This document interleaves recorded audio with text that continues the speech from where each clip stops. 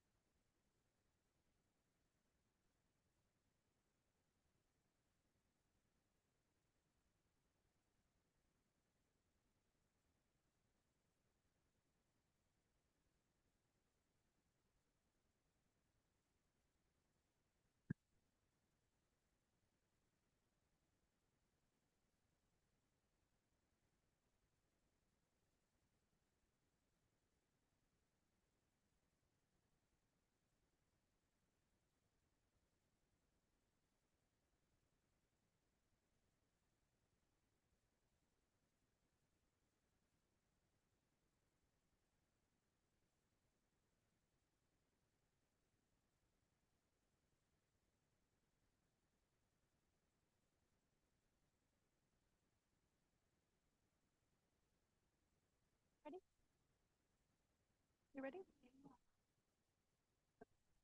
Good evening.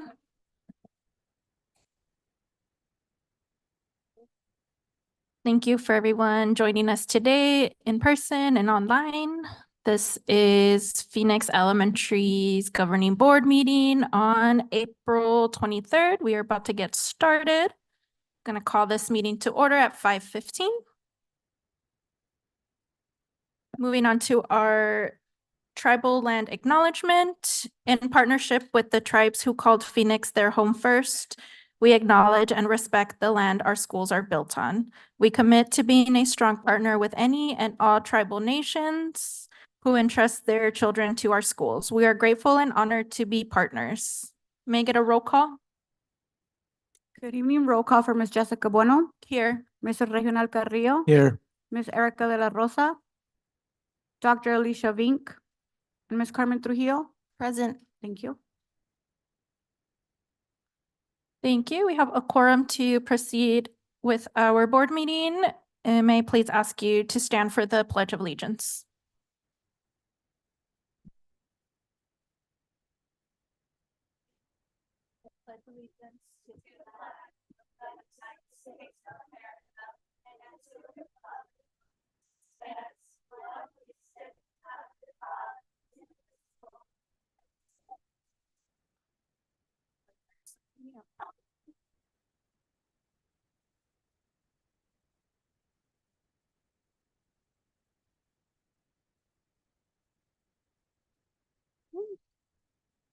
Now we move on to the adoption of the agenda. Dr. Gonzalez, do we have any recommendations for tonight's agenda?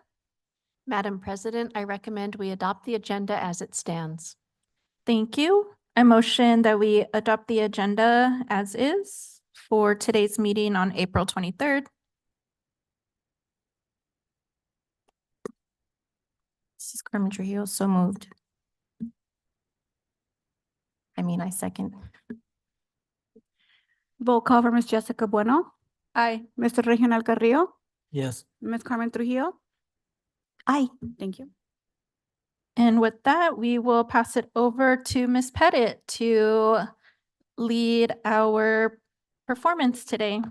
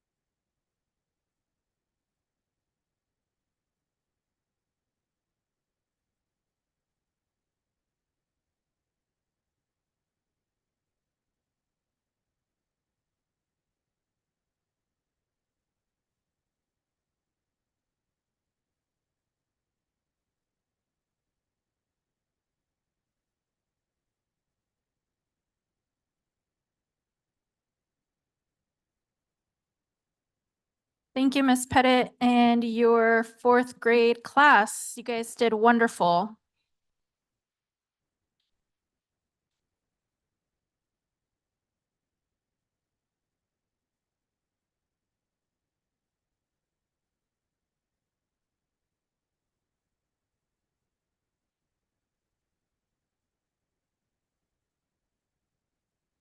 We have some cookies and water for our performers.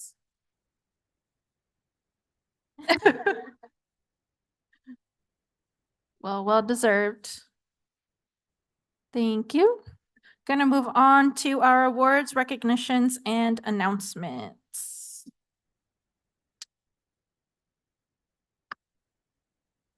Starting off with our Star Awards. Cristian Guevara, Instructional Assistant at Whittier. Cristian does everything in his power for our students. He is extremely helpful when supporting small groups. What is it?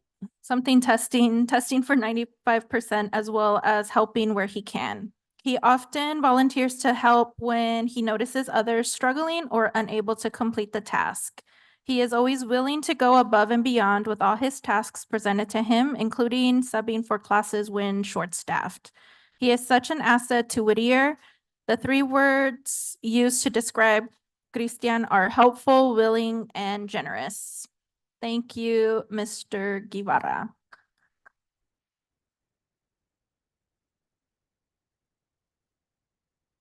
All right, next up, we've got Zaira Figueroa. She's a 7th and 8th grade math teacher at Whittier. As a 7th and 8th grade math teacher, Mrs. Figueroa consistently demonstrates qualities that exceed expectations and embody the spirit of excellence in education. She brings an unparalleled level of energy and enthusiasm to her classroom, making math not only accessible, but exciting for her students. Her innovative teaching methods engage learners of all levels, fostering a love of mathematics and a desire to excel. Is that a pun? Beyond her role as a math educator, she plays an integral part in our school community. She coaches the dance team, instilling discipline, teamwork, and a sense of achievement in her students. Through her dedication, she not only enhances the school's extracurricular offers, but also positively impacts the lives of participating students. What truly sets Zaira apart is her collaborative spirit and willingness to go above and beyond to support her colleagues. She readily shares her expertise and resources, acting as a peer coach to fellow teachers, thereby enriching the entire faculty. Her passion for high-quality math instruction extends beyond her own classroom as she works tirelessly to elevate teaching standards school-wide. She is a true asset to Whittier's community. The 3 words used to describe Ms. Figueroa are energetic, innovative, and cooperative. Congratulations.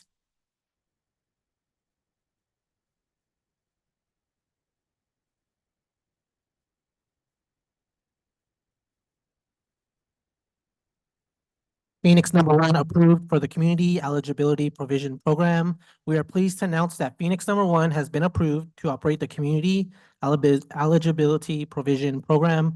This means that our Child Nutrition Department will be reimbursed for breakfast and lunch meals for 100% of the meals served at all schools in the district for the next 4 years, beginning March 2024. This also means that families are no longer required to fill out the free and reduced eligibility meal application. We understand the effect that proper nutrition has on our students' health and academic success. We are proud to have this resource that will allow us to continue ensuring all Phoenix number 1 students receive free breakfast and lunch. Wow.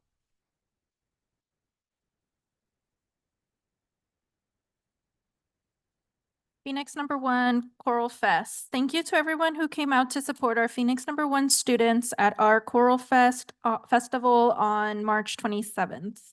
Teachers and students worked hard all day practicing songs before hosting a concert that evening. Students from across the district from 3rd grade through 8th grade performed songs aligned with the theme of Kids at Hope.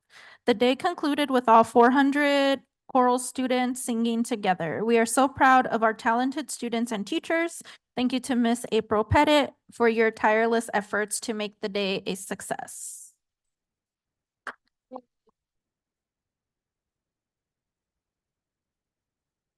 Next up, wanted to share that our students experienced the solar eclipse. On April 8th, some of our classes participated in the viewing of the solar eclipse. Teachers planned academic activities and students donned the proper eyewear to get outside and experience the phenomenon. I hope it was fun.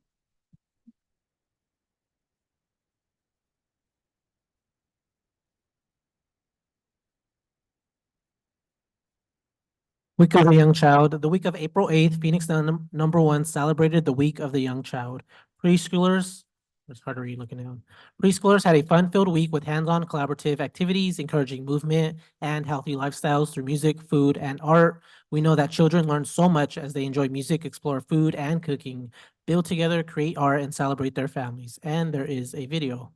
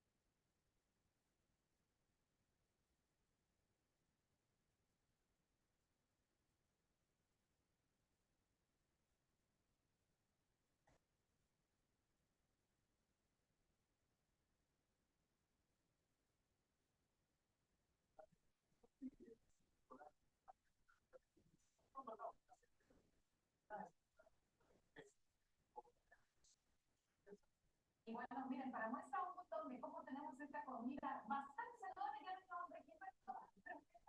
No, vamos a ver cómo se miren, a los más peques, a ver qué aprendieron sobre cómo era la vida saludable.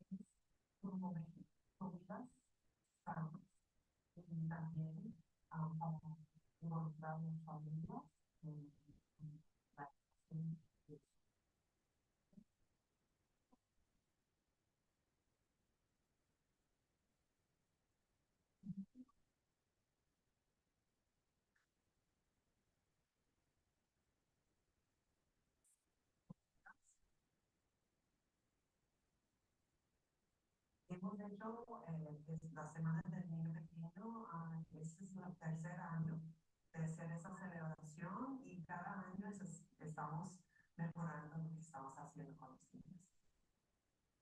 Bueno, ahí está escuchando sobre esos recursos, así que aprovechen los más pequeñitos. Thank you.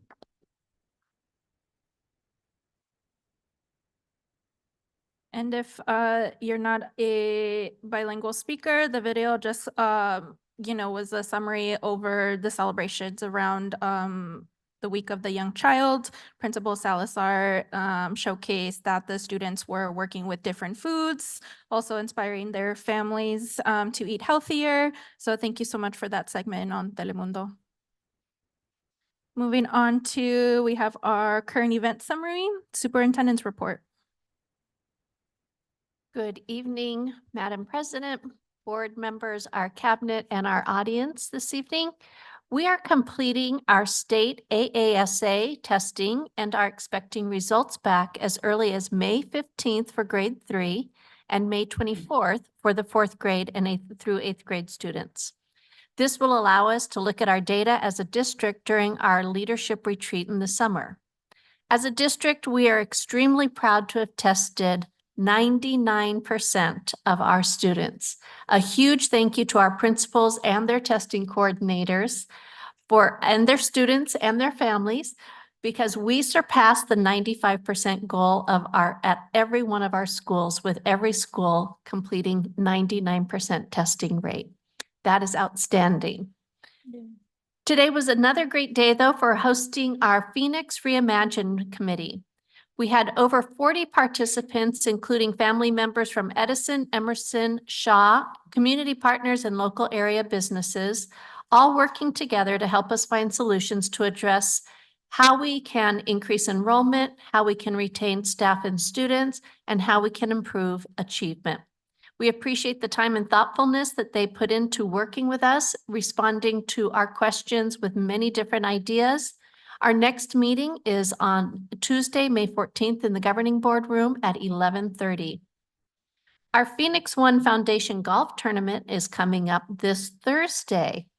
We are teeing up to raise money. That is a pun.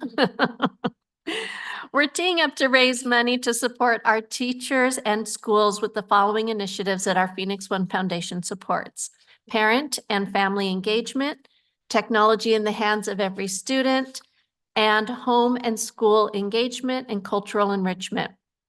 Thank you to all of you participating to help raise funds for these initiatives. And today, that we are also announcing that we have received a grant from the Phoenix One Foundation to start our Phoenix Inspiration Awards. The Phoenix #1 is proud to partner with Phoenix One Foundation to recognize employees who exemplify outstanding dedication, innovation, commitment, inspiring all of us through our work each and every day. We're looking for teaching professionals from every campus, support staff from every school, district office, and plant services, including child nutrition, transportation, and warehouse, and any outstanding employee who is an innovator and an inspiration, helping to lead our district to a high degree of excellence. Anyone may nominate current employees, themselves, or a colleague using a nomination form that is available through your schools or your supervisor's offices, and nominations will be accepted through May 17th. All nominees will receive a letter of congratulations for being nominated, and the winners will be announced at the July 31st, 2024 Back to School celebration. Following our meet and confer agreement, we also rolled out our PTO buyback process this week. This allows eligible employees to buy out their PTO hours that they have accrued as long as they maintain a 40-hour balance. I heard today from many of our employees what a great benefit this is. So thanks to PECTA and ESPA and to our governing board for approving this, and for our human resources team for the work that went into putting this together. And one more note, this came in late today. We are very excited that 3 of our schools, Capital, Emerson, and Lowell, have entered phase 3 of the Community Schools Grant Approval process. To get 3 schools into this phase is amazing. And so we are very proud of and congratulating to Mrs. Botts, Mr. Lodado, Mrs. Ramos, and a huge thank you to Mrs. Zeeb and the federal programs team for writing these grants. It's a huge undertaking and it's a great celebration. And that concludes my report. Thank you.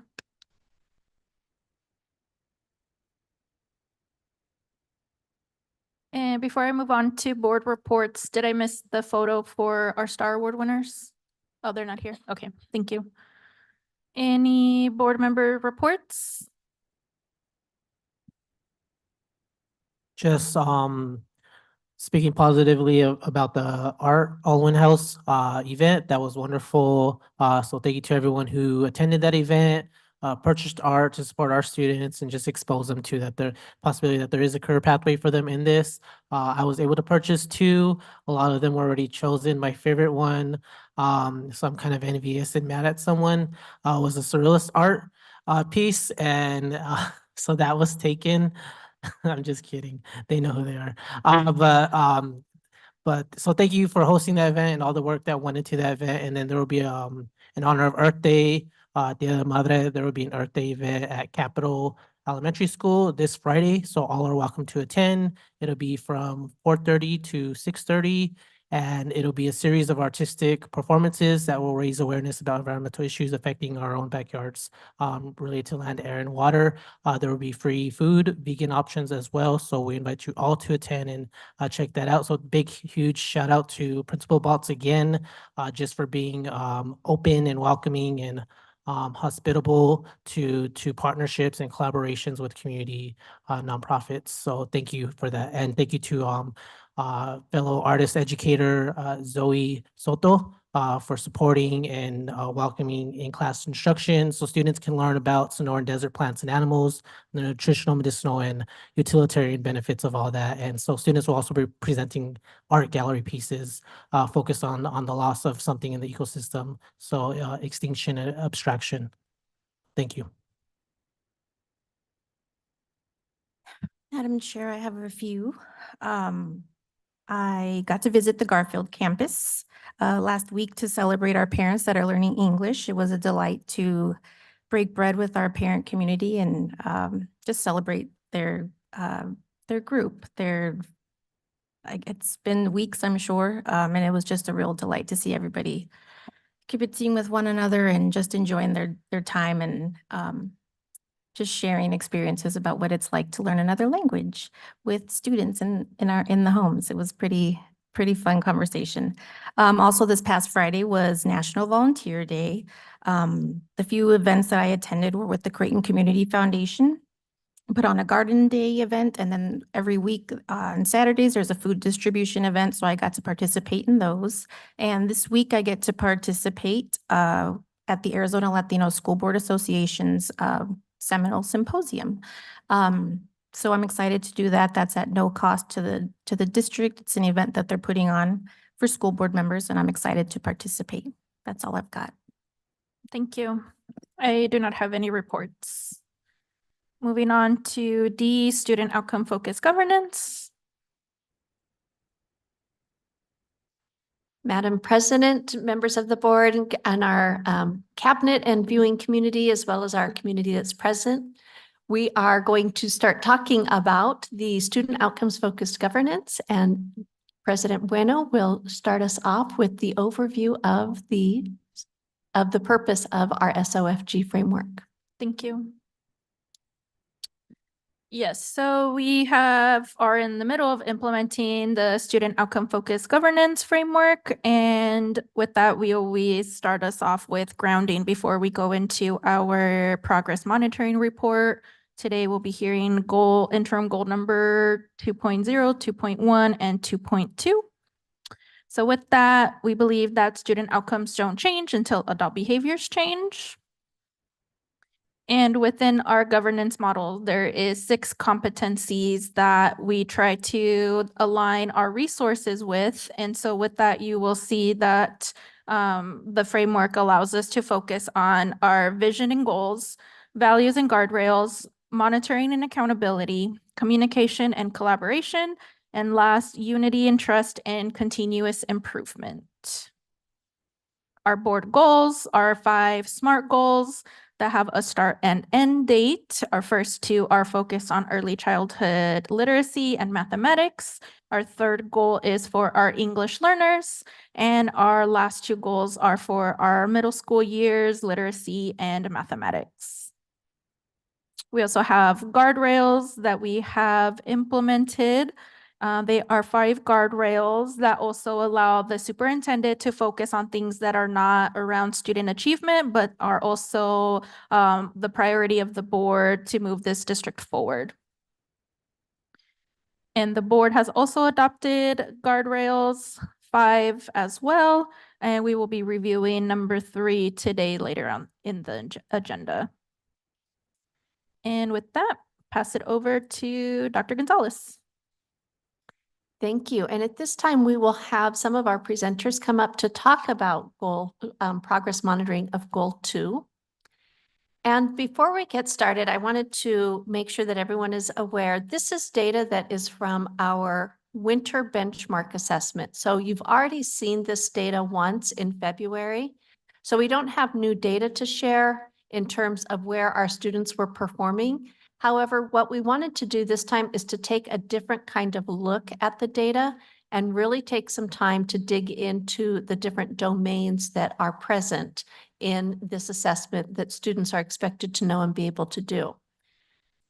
So Randy, if you can take us to slide number 2.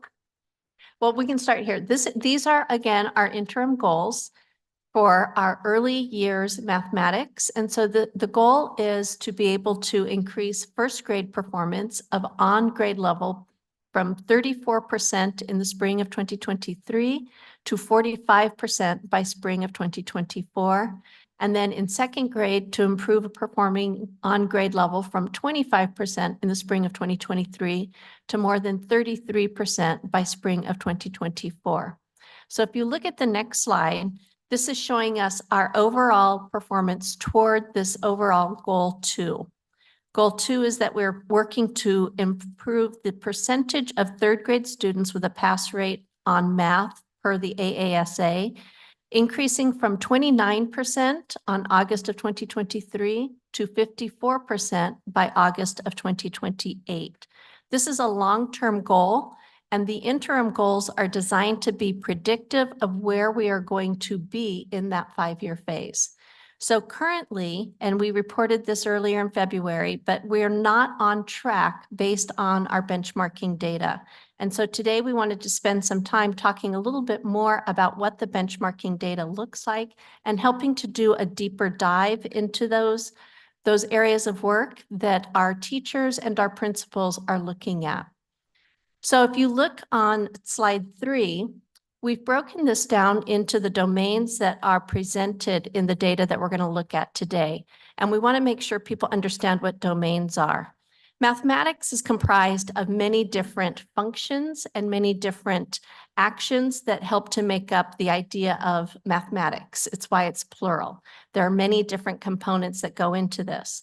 And so when you look at this table, you can see the lighter color, the lighter shading represents a concept that is not expected to be fully developed, but by the time you get to the darker shaded concepts, those are concepts that the state expects students are really going to have deeper understanding of, and those are more heavily tested in our benchmarks and in our state standards. So if you think about geometry in first grade, it's recognizing a shape. Is it an open shape? Does it have sides to it? How many sides does it have? Is there an angle? It's the simple recognition of the attributes. But by the time you get to second grade, that domain now says, I don't only want you to identify the shape, I want you to tell me, is it a 2-dimensional shape or is it a 3-dimensional shape?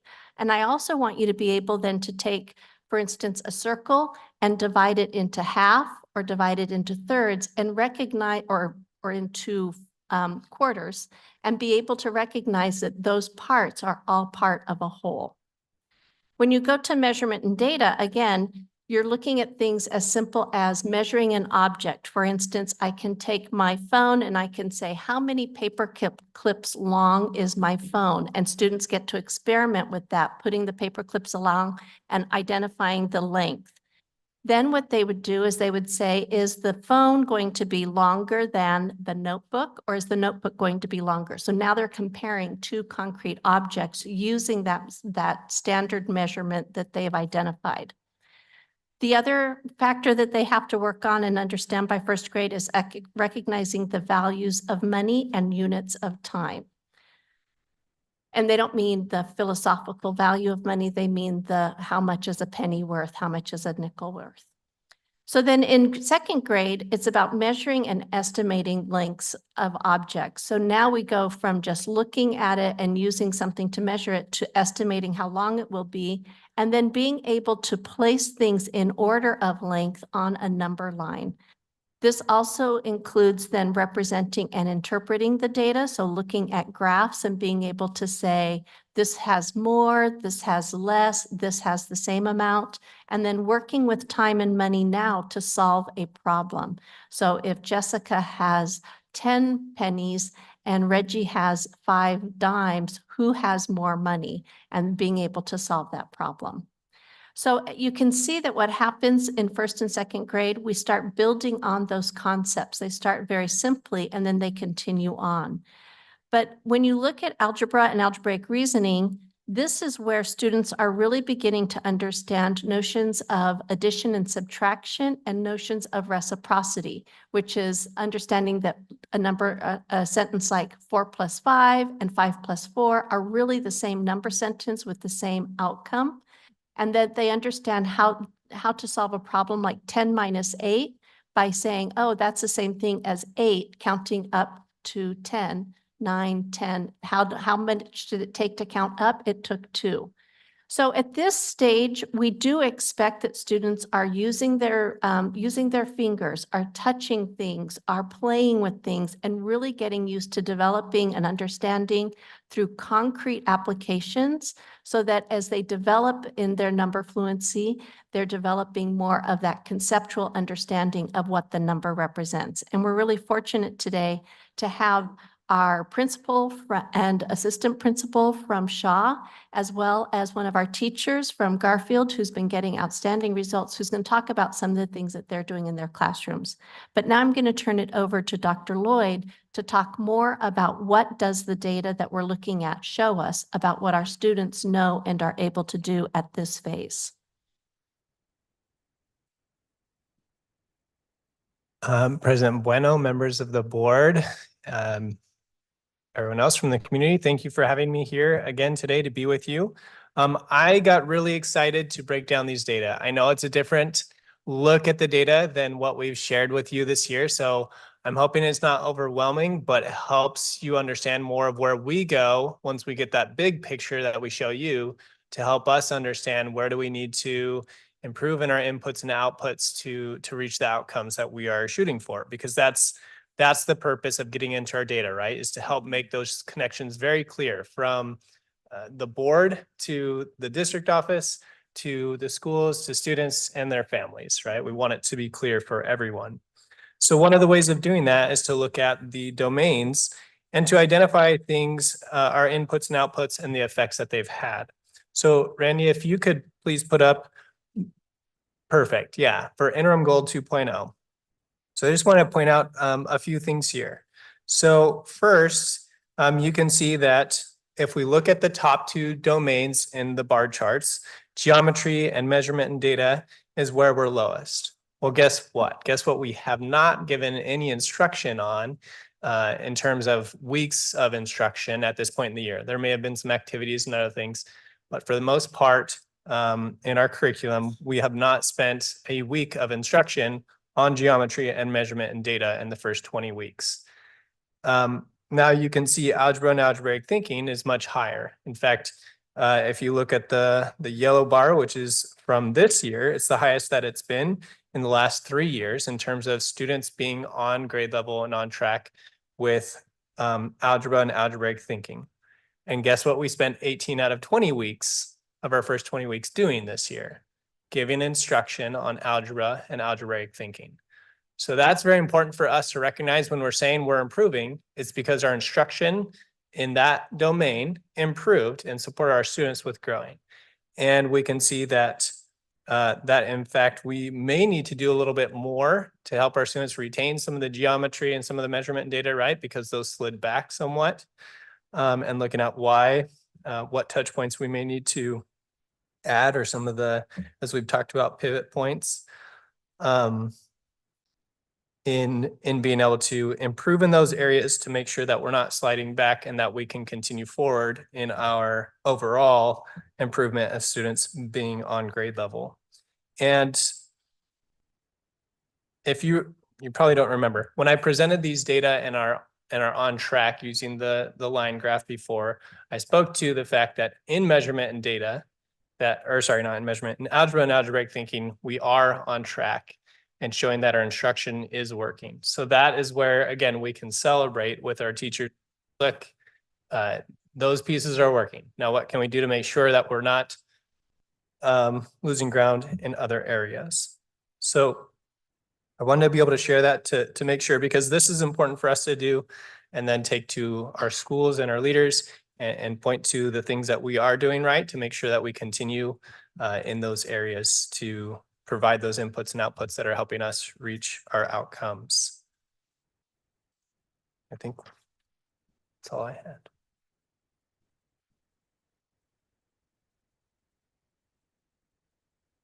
So looking at the next interim goal, so we're looking at the same type of data on slide 5.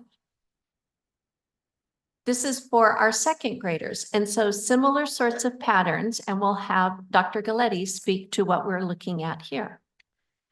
So when we look at second grade, I think one of the exciting pieces of information on this slide is that we see the number in operations and that algebra and algebraic thinking, as Dr. Lloyd mentioned, the time spent on that is really helping to support our students.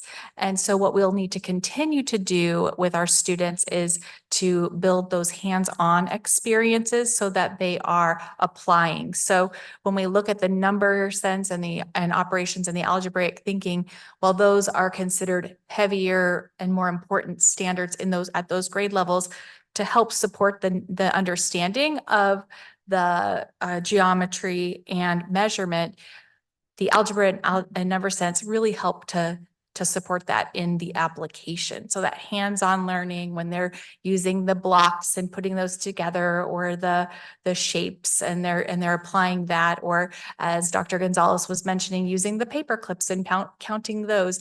All of those hands-on applications, that real world application is really driven by some of that foundational understanding of the algebra and the number sense that they're developing at these grade levels. So I think we have some people, Ms. Enciso and some folks from Shaw, who can provide some examples of how they're doing this within their classrooms. And so you can see, building on first grade, we are seeing that we're getting stronger in second grade in terms of our performance. The yellow bar represents where we are currently versus where we were the years prior. So if you look at slide 6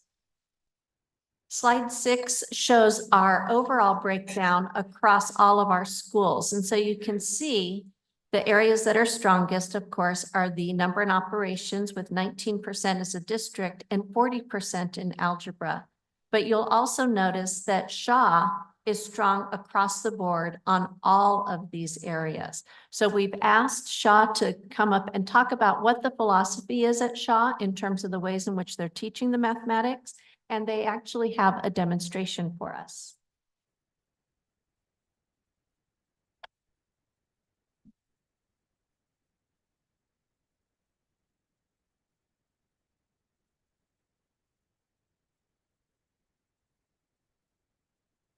Ready to learn some math? Montessori way. All right. Yeah, let's do it.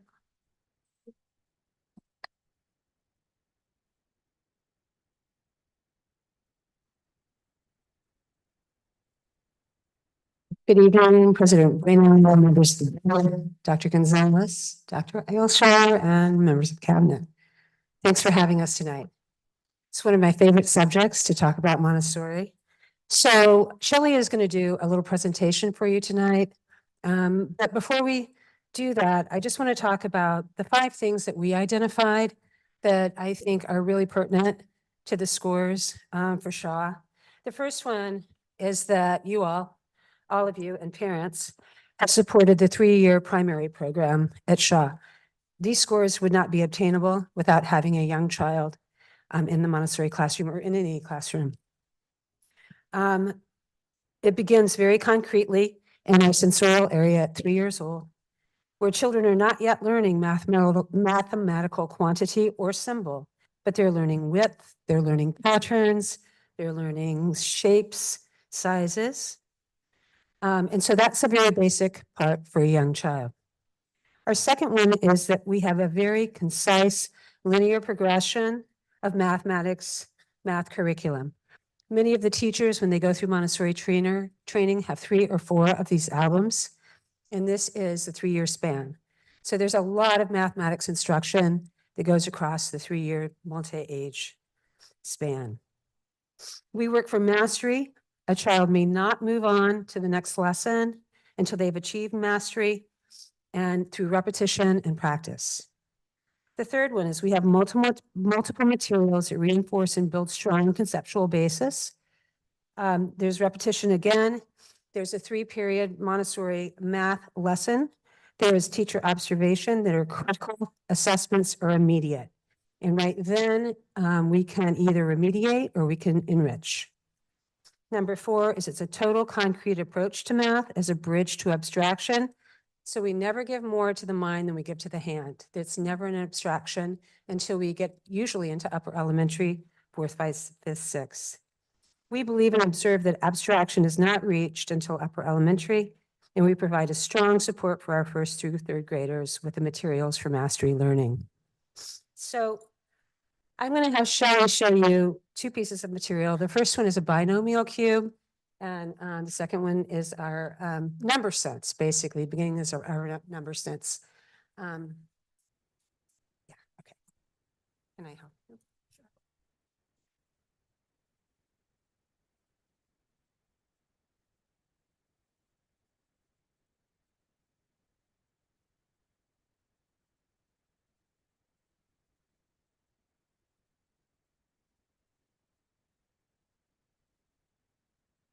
Good afternoon.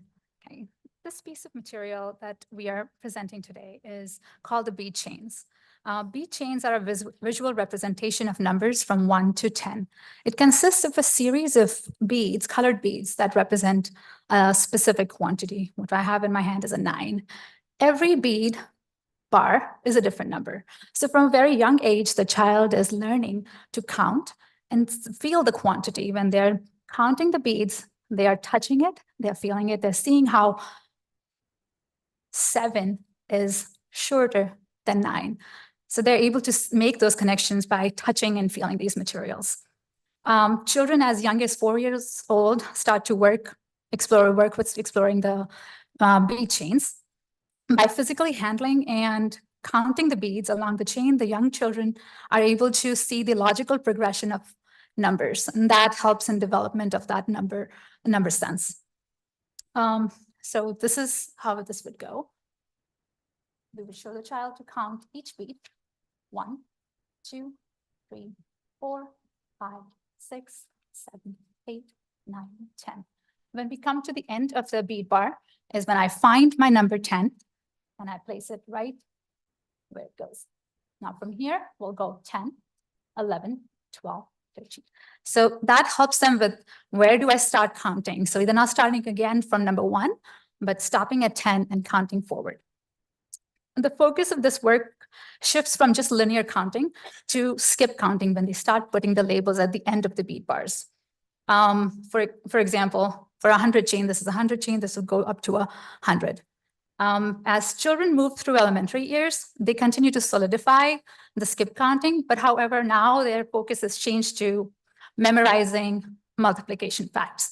Now we are seeing our numbers from 1 to 9, 1 to 10, and we are learning those multiplication facts. Sometimes in elementary, children also lay these chains, maybe a 8 and a 6 and a 4, and now we're going to see what the common multiples are. And that is extremely important for later fractions work.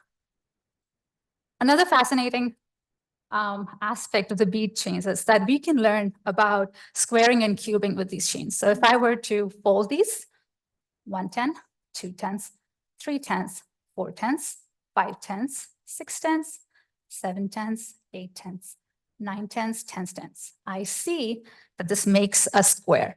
So we know that a 10 square is 100. This is my 100 square and matches. That's a square. And we can do the same work with cubing as well.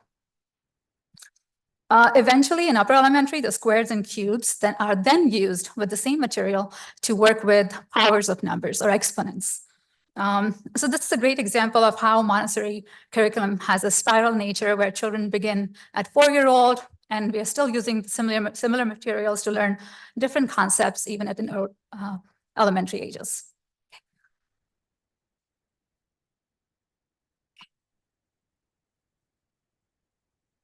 We have one more material to show.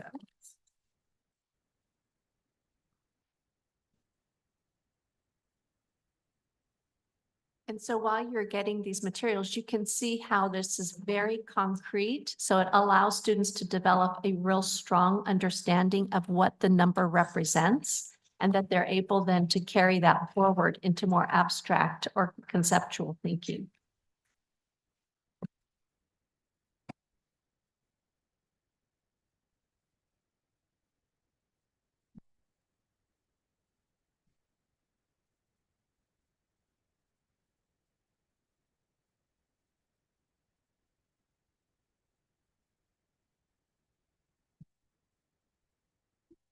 This material in front of you is called a binomial cube. Binomial cube is one of those Montessori materials that bridges the concrete from the to the abstract. With this material, we use abstract mathematical concept of a binomial cube to children as young as 4 years old. So in a primary classroom, the children would be using this material as a sensorial activity, solving a 3D puzzle. They take the pieces apart and put them back together. But even with this activity, they are playing with what is the relation between this piece and this piece? Does it match? If I were to put this here and this here, would that be right? So they're already playing with the relationships between different shapes and sizes. When the child moves to elementary, they revisit the cube again, but this time we are talking about algebraic thinking. So what would that look like if I put numeric values to this? I'll give you a quick example.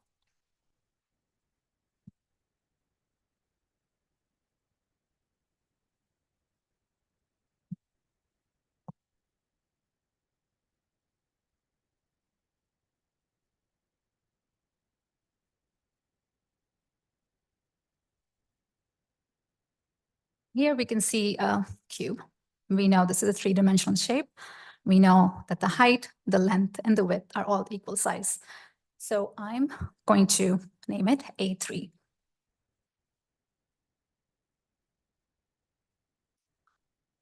Let me go to the next piece. I see that it has the red, it has the A, but it's just a square. It's not a cube anymore. So A squared. And this, let's see if this matches. Oh, that's not the same size. So we are going to name this A square B because it has a B side and it has two squares. A square B. And we have 3 of these.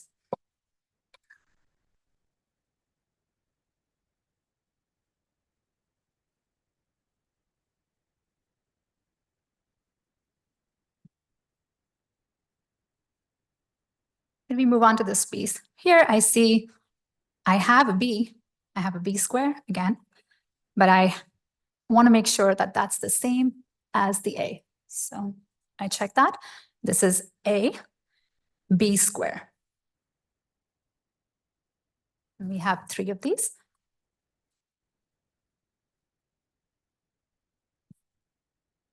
And then here I have a cube. However, this is not the same dimensions as the A. So we're going to name it B cube. And we know that if this is the formula for algebraic formula for binomial cube, but if I were to give this to a child, this would not mean anything until they've worked with the cube itself. So now we know that A plus B cubed is putting all of these together and adding them. So now they know the A plus B cube is A cubed plus 3A squared B plus 3AB squared plus B cubed. So as Mrs. Engdahl was talking about, we never give to the hand more than what we can give to the mind. So here we want to make sure that we teach the children the why before we give them the materials. So as they've already worked with this for many years, starting at 4 years old, by the time they're in upper elementary and 4th, 5th, 6th grades, they already have internalized what a binomial cube is. So when they see this, it is natural for them to get this. Another thing is when they look at this, they can see, even if I don't have the formula in front of you, they know what a binomial is. It doesn't matter if I change the positions, the answer would still be the same. So when the children in 4th, 5th, 6th grade continue with their cubing, they can always come back to the material to check their work. So the materials help them understand and solidify the concepts. Thank you.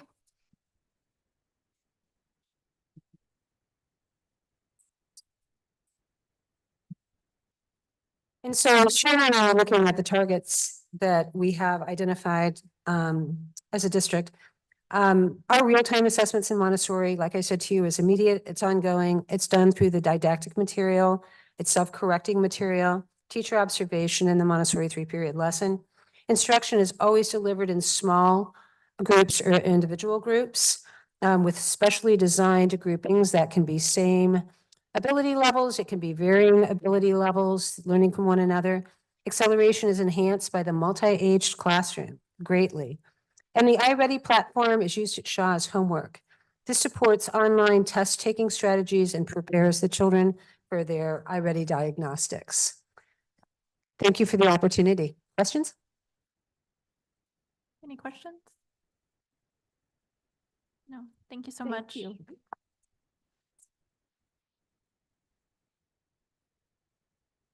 And so many of the concepts that we saw in Montessori, they have very specific materials and very specific teacher guidance.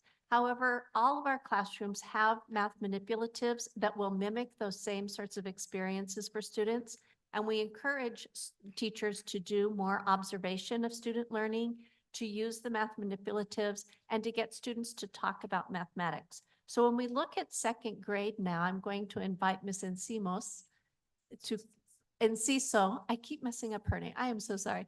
Miss Enciso to come up and to share with us what she's doing in her classroom. Because if you look at our second grade data, you can see she is also getting outstanding results above and beyond the rest of the district across all of those content areas. And so we're very excited to have her come up and share what she is doing. Good evening. Good evening to all.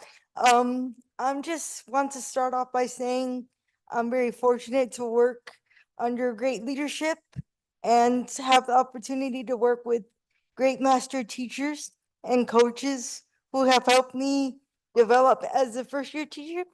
And so I'm excited to share some of the things that are working in my classroom. So every day in math, we start off with the positive affirmation. And so this sets the tone for our day.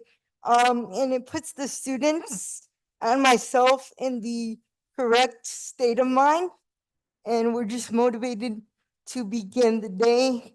And we start off in a positive way. After that, we focus on the iReady framework. So the try it, discuss it, connect it, and the modeling. The students know exactly what is expected of them during each of those times. And so it's consistent, it's a routine, and they all are engaged and know what to do during those times. I keep a timer to keep myself and the students accountable. And as we work through the lessons, I think that helps to motivate them as well to stay the course. They're very engaged due to the collaborative discussions and opportunities that there are in the classroom. So they're talking, they're moving, and I empower them to be coaches. So they coach each other along the way, and each student in my classroom strives to be a coach, and they're very motivated to learn. As I said, I'm very intentional with visuals in my classroom and just a lot of positivity. And that's how we've moved forward. And I look forward to continue developing and as a teacher, specifically in the area of math. And I thank you. Thank you.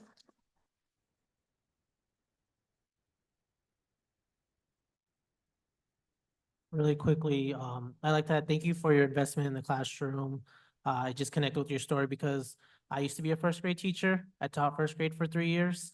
And I love teaching first grade. It's a lot of support. So just props to you. That was before I moved on to middle school. And then just connecting with who you are. I also taught with a disability, with epilepsy. And so it's just amazing what they were to do and understand, right? They only learn at the limit that we set for them. And so just thank you. First grade's hard, and it's a lot of support that you have to provide them. And if there's ever a chance to welcome me in the classroom to read a book to them or anything like that, I'm open to it. Just to see everything in action that you just described. So thank you again.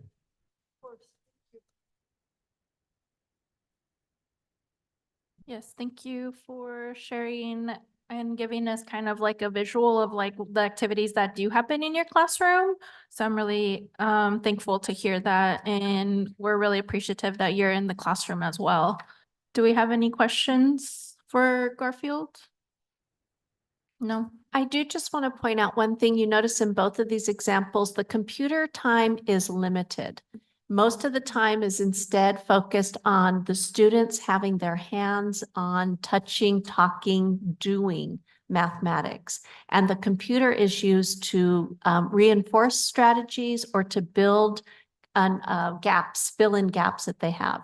And so we did have a question earlier about what does it look like as students are working on this? How much time is computer time? How much time is actually getting to play with mathematics? And so that's something we're really trying to shift in our district. Less time on the tier 2 intervention that's on the computer and more time doing the kinds of math that we just saw today. Thank you to both of our exemplars today. Thank you.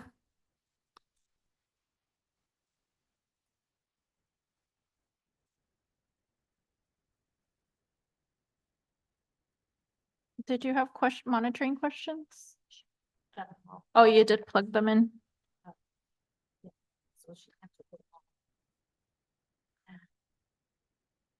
In the presentation.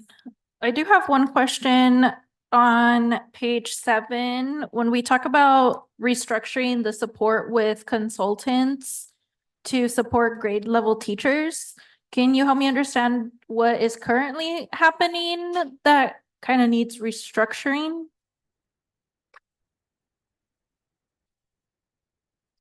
Good evening, President Bueno, Governing Board, Cabinet, Community. So what is traditionally happening at this point is and this is a very traditional model with consultants. Consultants come to the school, they will do walkthroughs and tours of the classroom. Ideally, they would have members of administration and leadership team there, give feedback about what they're seeing in terms of the implementation and kinds of the training, and then, leave the school with the belief that those individuals would take that feedback, provide it for their professional development, and so on and so forth. The issue that presents and why we need restructuring is that still makes us very dependent on someone coming into the school and providing guidance, right? And so while the coaching opportunity is there in terms of them walking through and meeting with the principal or meeting with the master teacher or meeting with the LAS or meeting with the instructional team, what we need to be moving towards is our continual efforts to be our own best researchers and be our own best practitioners. So this board has heard a lot of us talking about the importance of the coaching that we are investing, and it is an investment to our schools in the form of the master teachers or the partnerships that we have with our learning acceleration specialists.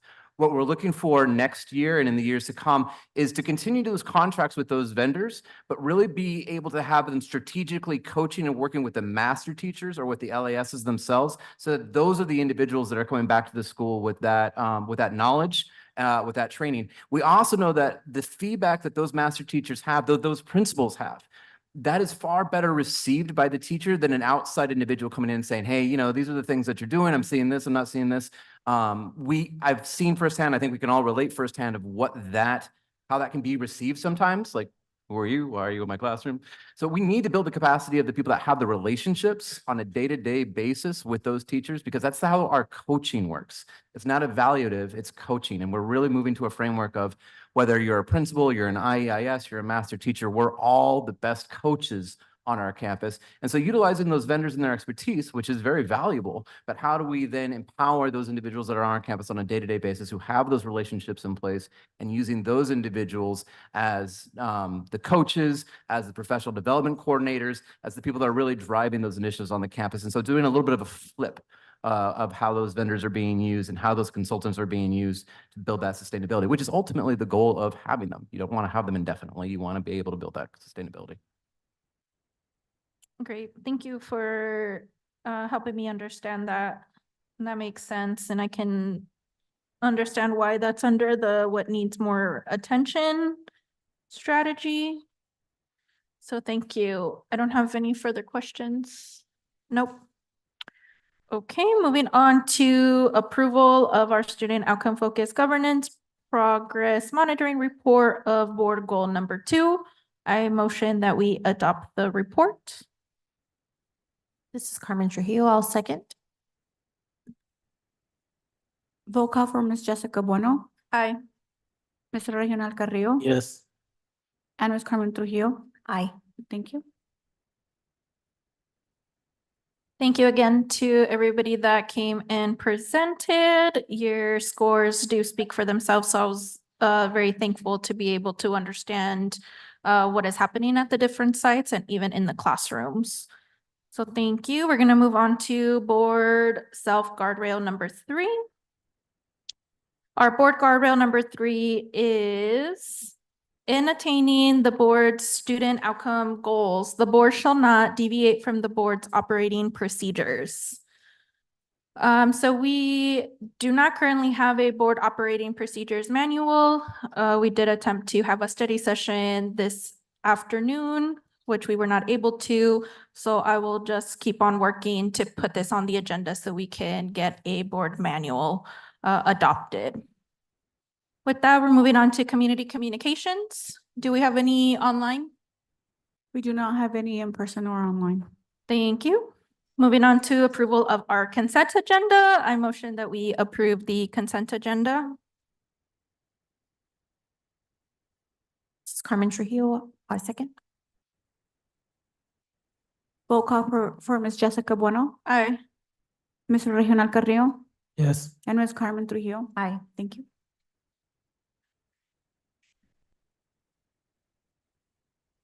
Okay, we have some action items tonight where we will need, we have our 24-25 insurance renewal.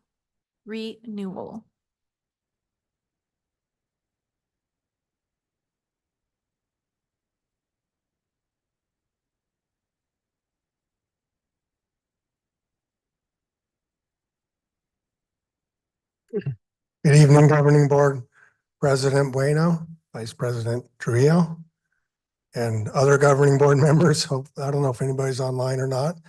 We're here tonight to go over our insurance renewal rates, and at this point in time, I'm going to turn it over to our senior benefits consultant, Brian King from Siegel.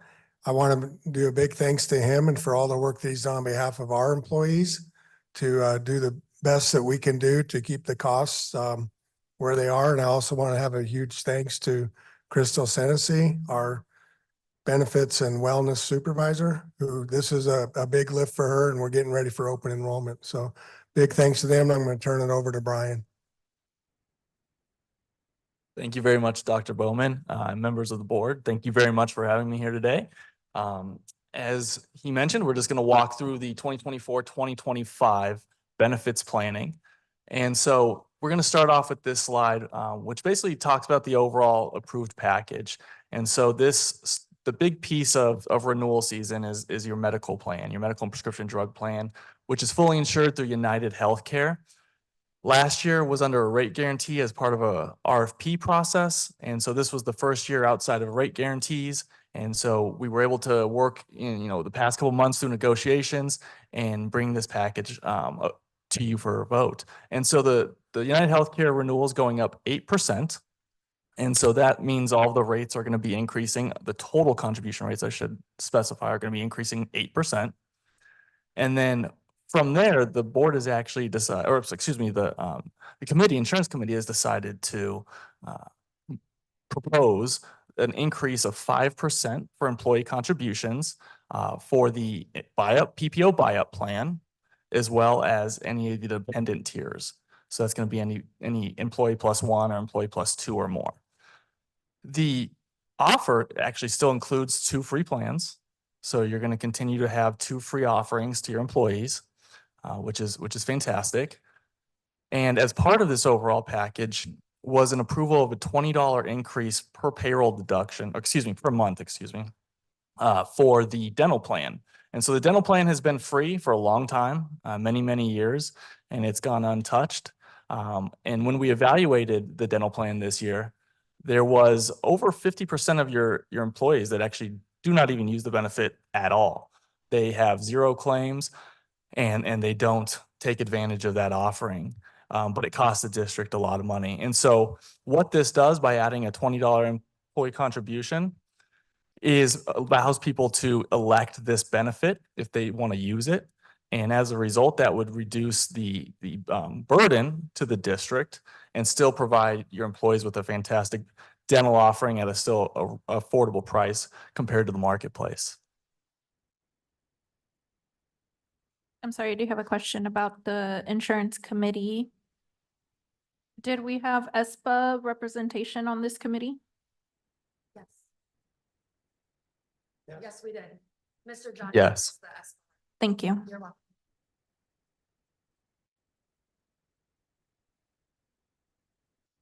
So here is an outline of the overall renewal package. So this includes more than just your medical and dental.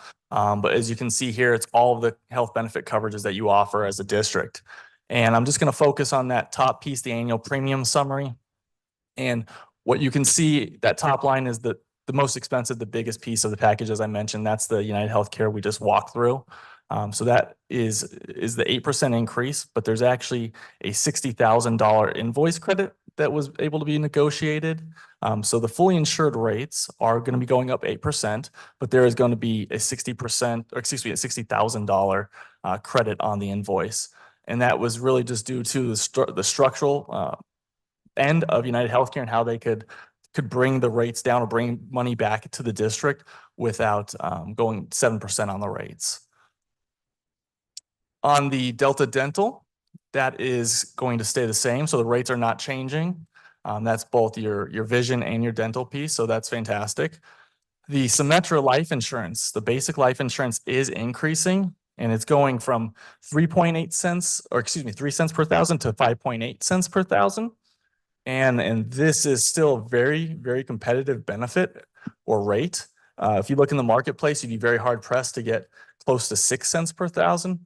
So it's still, when it went up is a percentage pretty significantly, it is still a very competitive rate in the marketplace. The EAP is with Jorgensen Brooks Group. That's going to be remaining at the current fees as well.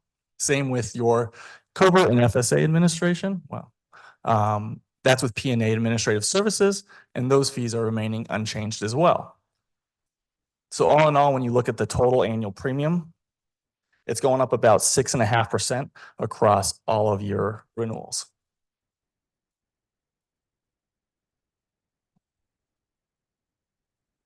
This slide is illustration of the rates that are based off of the total contribution rates on the medical plan that we discussed. So the middle column is showing the 3 plans that you currently offer. So you got your high deductible health plan, your doctor's plan, and your buy-up plan. And it shows it not only what the total rate is going to be, but how it's broken out and what the district pays for and what the employees would be paying for currently and in the upcoming plan year. On the right-hand side, you've got those same 3 columns, and that's the upcoming plan year. And I just want to touch real quick. As I mentioned, overall, the employee contributions are going up 5%, and the district contributions would be going up 8.3%. Which at 8.3% is equivalent to about $450,000. There is one rather minor plan change that has to be made on the high deductible health plan that is actually an IRS mandate. And this is to keep the high deductible health plan health savings account qualified. And so this is something that the district didn't have a choice on. And it's going to be going from $3,000 to $3,200. And then it's 2 times for family. So $6,000 to $6,400. And that's kind of depicted on the below the line, the last little plan design summary.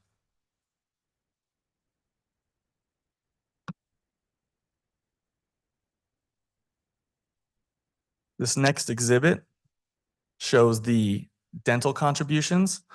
And as you can see, there currently, when you look at kind of the employee section, which is in about the middle of the chart, the employee only paid $0 for a long, long time. That is now going to $20.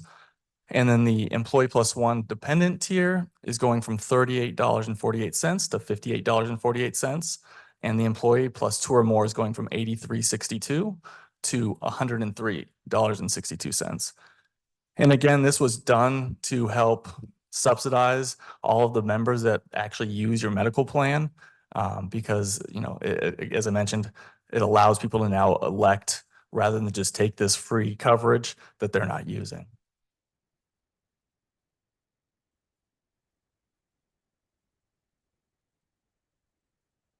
Are there any questions I can answer at this moment? So the $20 get charged either way?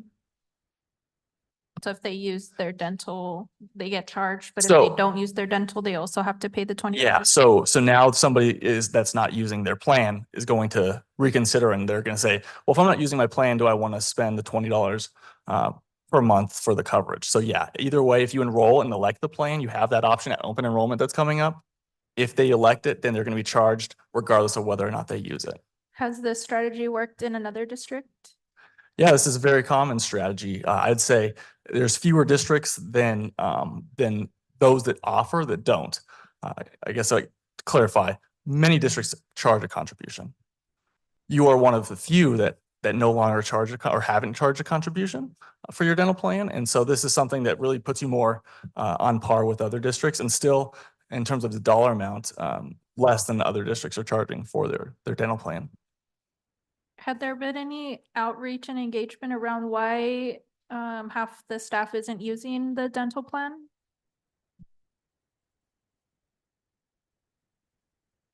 Okay, maybe we should also consider that. I can share that it's very common when you have a plan that is 100% paid for by the district, such as those are ancillary coverage, right? It's not medical. It's not the big piece that everyone uses for the most part. When you have the ancillary like dental or vision and the district contributes 100%, it's very common that there are probably 30 to 50% of members that are not using that coverage at all. And so it's not an anomaly for this district. It's just something that exists in terms of when you have that 100% contributory plan.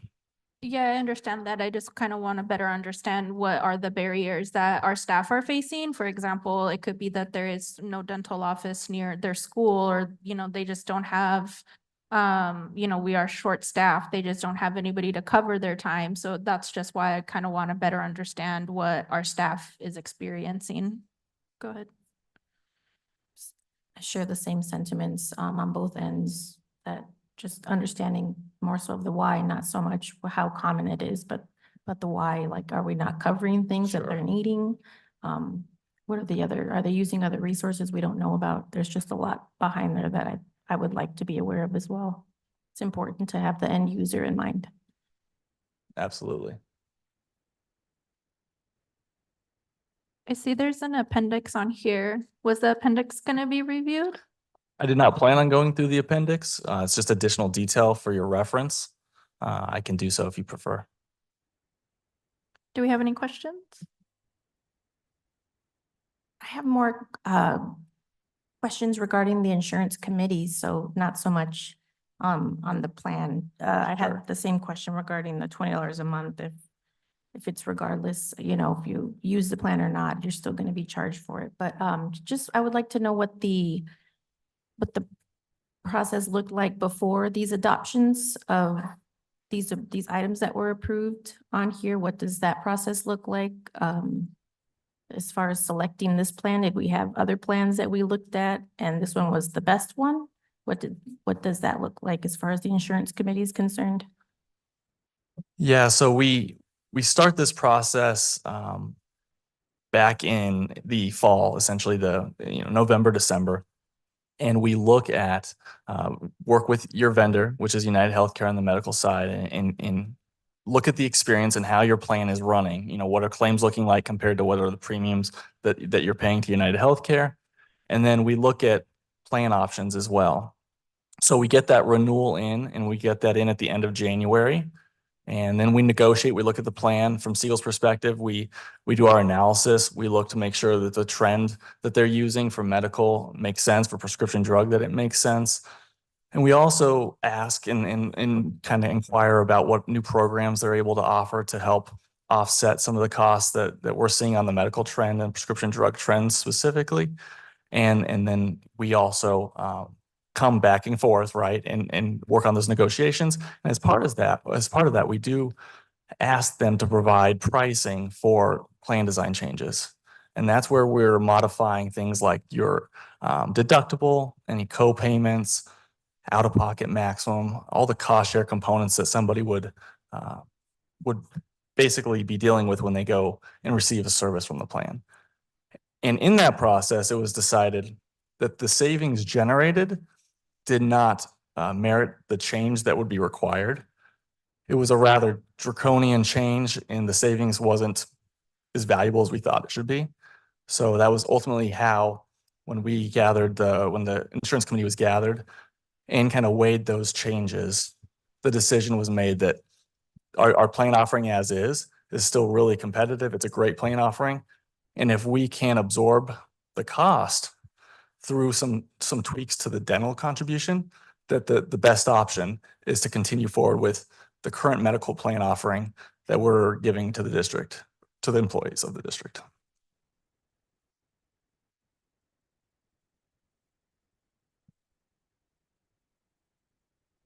We'll have Crystal talk a little bit more about the committee since she oversees this work. Good evening, board. So when we met with the committee, one of the main things the committee talked about is that they didn't want to increase in medical. Like they wanted everything in medical to stay as close as possible to what it is now. And so when we had looked at replan designing the medical deductibles and their out-of-pocket maxes were going to double. So if you currently have like the doctor's plan, I have that. My deductible is 1,000 and my out-of-pocket max is 3,500. My out-of-pocket max would have went to 8,000 if we would have changed the plan to save the money in medical to not affect the dental. And when the committee saw what those out-of-pocket deductibles and the out-of-pocket maxes were going to be, we all decided we wanted to know how much dental was being used by employees and then look at that route of increasing the dental so that we could keep the medical as close as possible to what it is now. But we only work with this consultant firm. We don't go out and look for other competitive bids or anything like that. Well, currently we're in a contract. So we're in a 5-year contract with UHC. And so no, we didn't. Usually we get our renewals so late. Okay. They need to get so many claims in per year. So we have to wait till February to get the claims amounts to really get an idea of what that renewal is going to look like. And by the time we do that, you really can't go out and RFP because we have to RFP in October for benefits. Right. So I just thought we hit the end of I just remember hearing that we were at the end of our cycle. So I just wondered. Not for medical. And I think you might be referring to when I mentioned the rate guarantee that expired. And so typically when you go out to bid for medical or any of your coverages, it's a 5-year contract. And it was done just a couple of years ago. And so that first year actually generated a savings in premium to the district, which was awesome, right? So to move to United Healthcare, you all saved about 5% of your premium.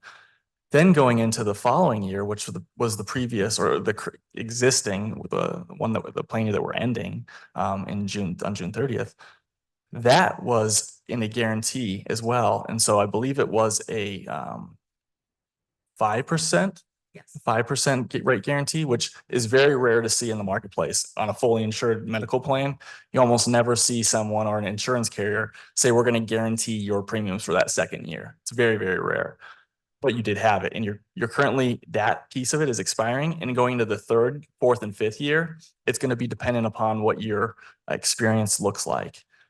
And so that, I think, is kind of answering the question too.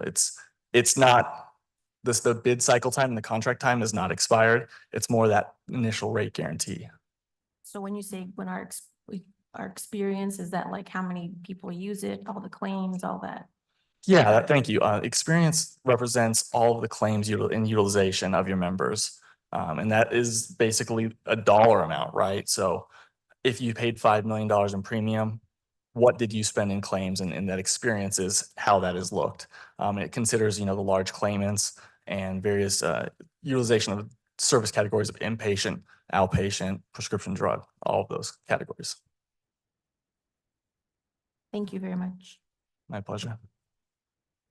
I have one more thing to highlight that wasn't mentioned yet, but for the employees that choose the high deductible health plan, the HDHP, we, as a district in the past few years have been making a contribution into their health savings account to the tune of $668. And then as part of our meet and confer process here, it was recommended that we increase that contribution to $1,000. So that's also embedded within these plans as an increased contribution for the employees who choose the high deductible health plan, that they'll get a contribution from the district for $1,000 annual. So that's significant. That's every little bit counts. So I wanted to point that out. And thank you for approving the meet and confer process.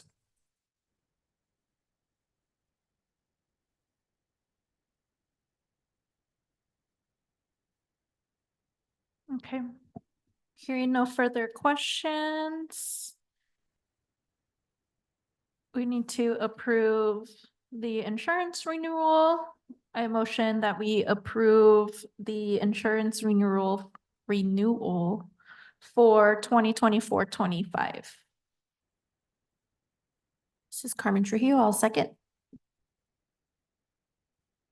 Roll call for Ms. Jessica Bueno, Aye. Mr. Regional Carrillo, Yes. Ms. Carmen Trujillo. Aye. Thank you.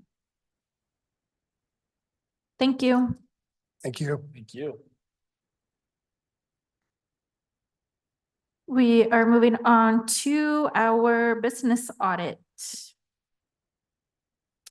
Madam President, I would like to recognize Ms. Alicia Mena, who will be introducing our auditors and their report. Good evening, President Bueno, Governing Board and community. So every year we are required to complete an audit for the state that makes sure that we stay in compliance with both state and federal regulations.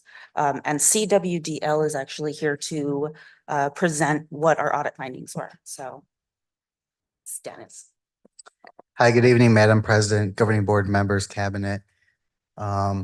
Just want to go through the audit timeline, the documents that have been presented to you, and then some of our findings and recommendations from the audit process for the fiscal year ending June 30th, 2023.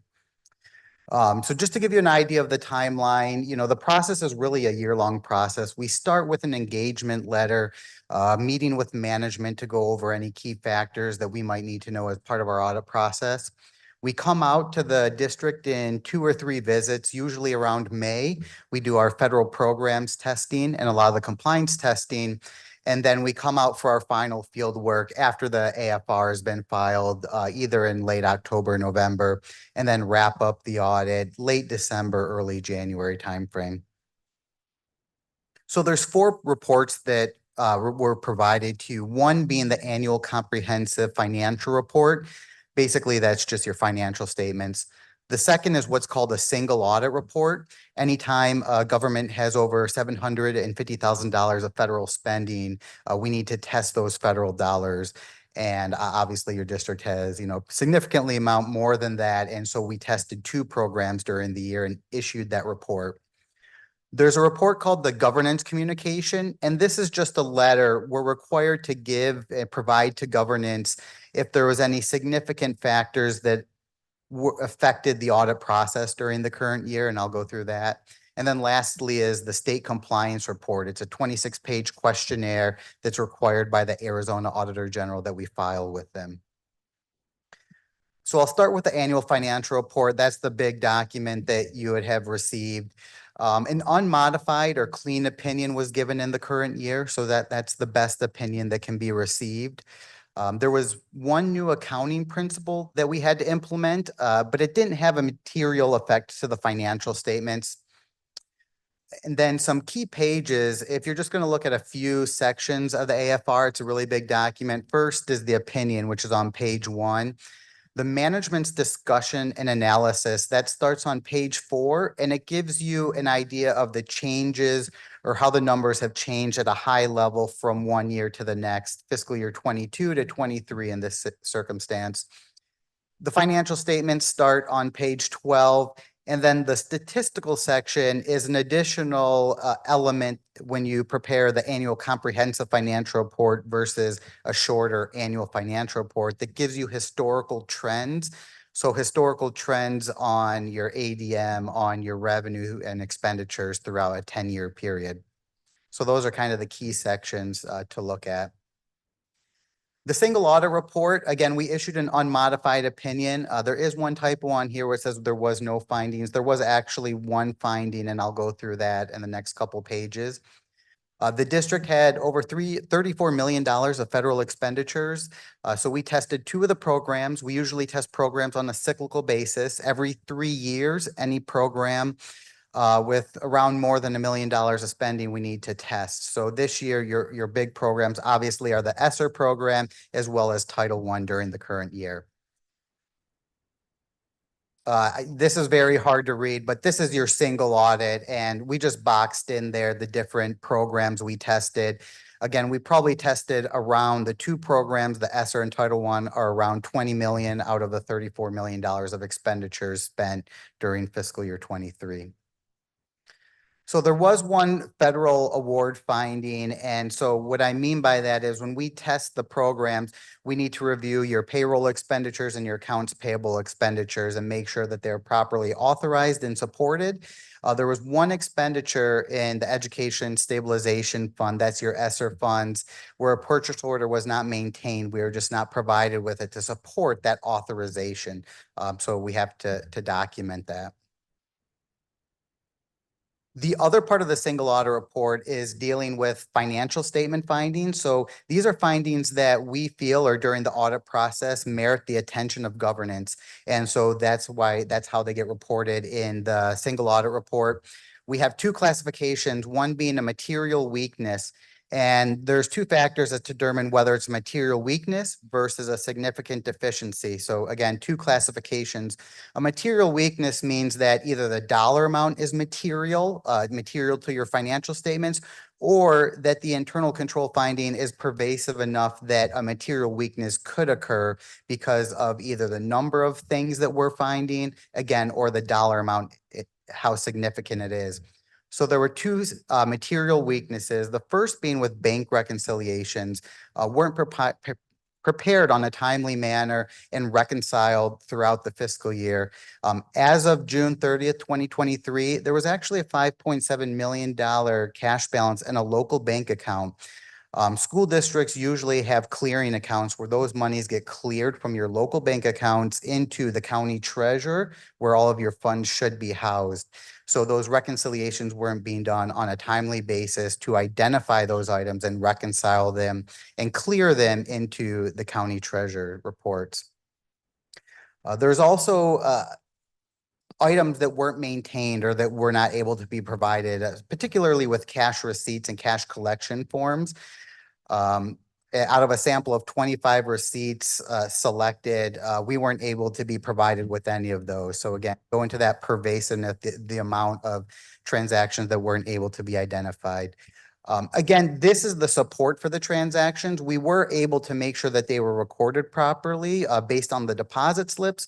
This is more of your underlying transaction level support that was not maintained for those transactions.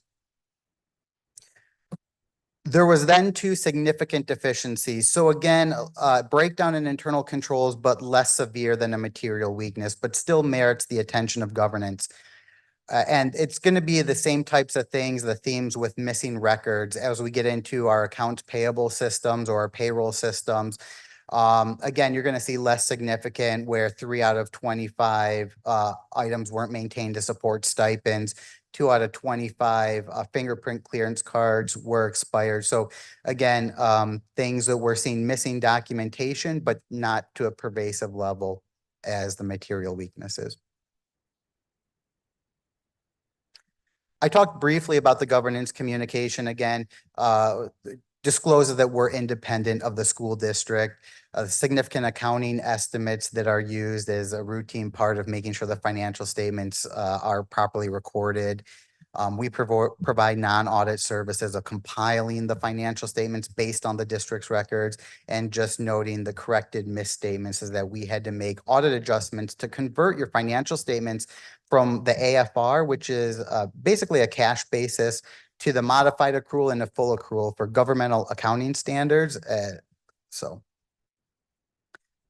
the last slide here is just a breakdown of the USFR compliance questionnaire and really a comparison of the findings and where they are comparing fiscal year 23 to fiscal year 22. As you can see, there was a jump in findings, and it really relates to a lot of these things were missing records or records that weren't provided to us.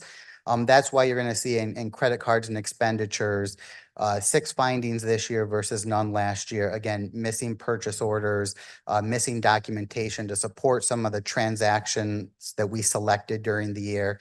The 3 in payroll versus the 1, the same thing, missing records. And then also in the accounting records, cash and revenues, we talked about those missing receipts.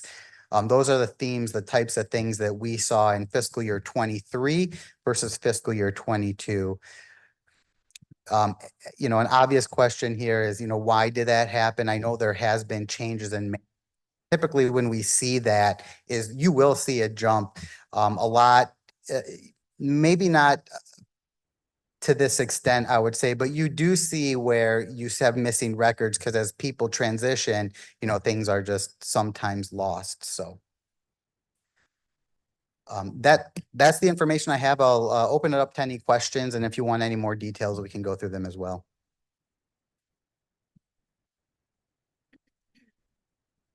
I don't really have a question, more of just gratitude.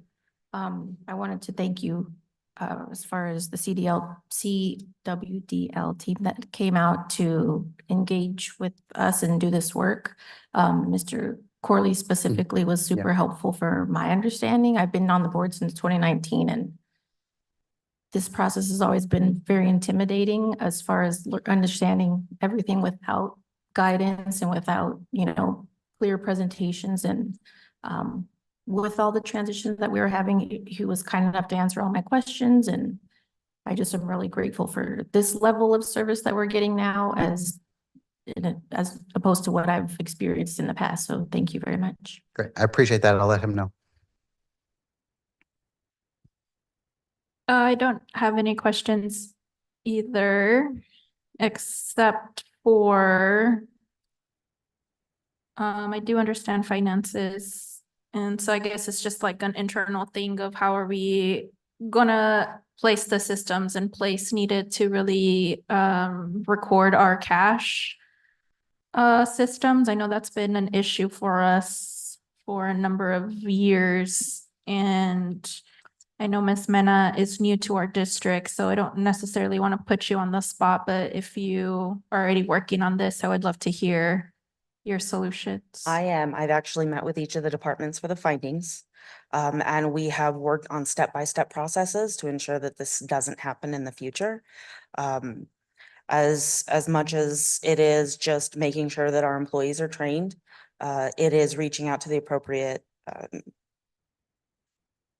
agencies that can assist us in what that process looks like. But yes, we are working on it right now. Thank you. I do also appreciate admin taking serious our guardrail around our equitable allocation of resources. Because we did start seeing the student activity report every month, which was new to us. So that also kind of gave us an understanding of what cash transaction was happening at the sites and also at the district. So thank you. I do spend a lot of time on Wednesdays going through our vouchers and making sure where our money is going. So I do review these every week. So this finding is not as surprising as I thought it would be, but I know that CWDL has really put in a lot of work, and I've met that team. They've been here, for a week, a couple months ago. So yeah, no questions. I know we will do better. Thank you to our business department. I know that they are also working with what they have. I know how daunting it is to have like paper and receipts and just like, but Maisha and her team really make it accessible for me to also be able to pull those invoices and see what the line items are. So again, I think we will do better, and thank you so much to your team for all the support that you provide. With that, we need to approve this, right? Yeah. Okay, I motion that we approve our business audit for year ending June 30th of 2023. Thank you. This is Carmen Trujillo. I second the motion. Vote call for Ms. Jessica Bueno. Aye. Mr. Reginald Carrillo Yes. and Ms. Carmen Trujillo. Aye. Thank you. Thank you. Moving on to our closing items. Do we have any board member requests?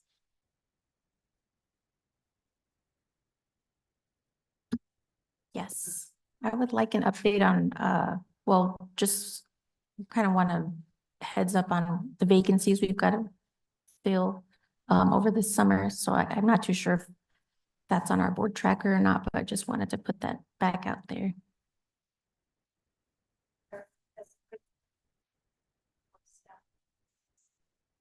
Not filling yet? Yes. Okay. Thank you. Thank you. I know we've received this in the last, but an update on that would be super helpful. We are going to have another job fair in May, so we'll be able to update you with that as well. Awesome. I'd also like a board update on where we're at as far as knowing how many of our promoting eighth graders are enrolled in high school. If we've got those numbers or at least approximate figures, that would be awesome to celebrate. Absolutely. I actually just met with Dr. Zilich this morning, and we'll have that as a board update for you first thing on Monday. We know it's coming. Thank you. Sorry to jump the gun. Excuse me. I like a board update on our Garfield on the Corner program, what's happening with our partnerships there, and what that collaboration looks like in the future, or what it doesn't look like in the future.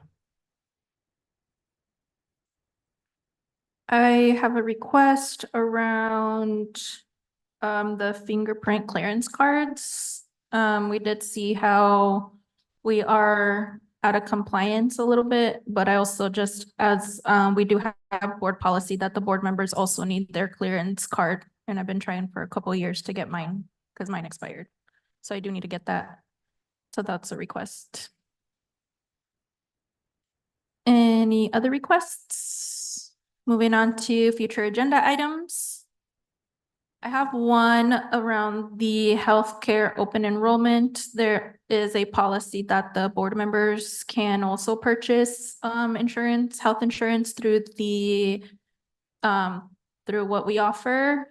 And I would like to put that on the agenda because when I was working with Mr. Manley, he said that the times to be able for board members to add on would be during open enrollment. And Ms. Crystal just reminded me that open enrollment's coming up. So if we could put that on the May agenda, please. Any other agenda requests? You bring up a good point. I think I'd like to ask for like a work study session as far as understanding more about things like that the board, what's the word I'm looking for? Just other, it's not relationships, but like benefits that are accessible, that aren't, may be accessible that we don't know about. I'm not too sure, but what I think this could be part of our board operations and procedures. So maybe just making a note that we can include that with that when we do that again, that would be great. That should be part of our board operations. And so if we can look at a possible time to schedule that study session, we can have everything prepared for that.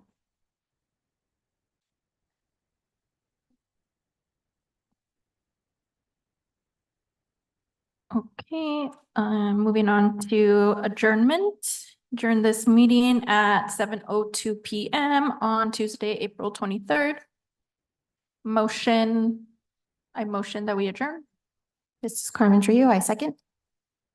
Roll call for Ms. Jessica Bueno, Aye. Mr. Reginald Carrillo, Yes. and Ms. Carmen Trujillo. Aye. Thank you. Thank you. Our next governing board meeting is scheduled for May 7th at 5:15 here at our district office. Thank you all. Have a good